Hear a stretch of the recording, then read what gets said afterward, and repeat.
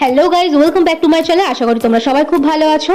আর এটা ছিল গতকালকে একটা ছোট্ট মিনি ব্লগ ক্রিয়েট করেছিলাম রথযাত্রার দিন, তো সেটাই দেখাচ্ছি। তো দেখো, আর এখানে নিয়ে নিয়েছি একটা রেড অ্যান্ড অরেঞ্জ কালার কম্বিনেশনের একটা শাড়ি, যেটা আমাকে পরিয়ে দিতে সাহায্য করছিলেন আমার শাশুড়ি মা, কারণ আমি ঠিকঠাক শাড়ি পরতে পারি না, অনেস্টলি স্পিকিং।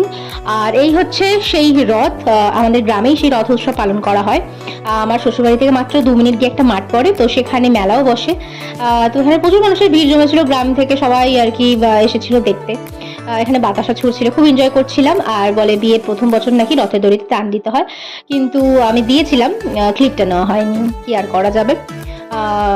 তো তারপরে আমি সেজে নিয়েছিলাম হালকা টাচ আপ দিয়ে, আর সাজতে তো হবেই। একটু পর সন্ধে হলে গুটি গুটি পায়ে চলে গিয়েছিলাম মেলা তলায়।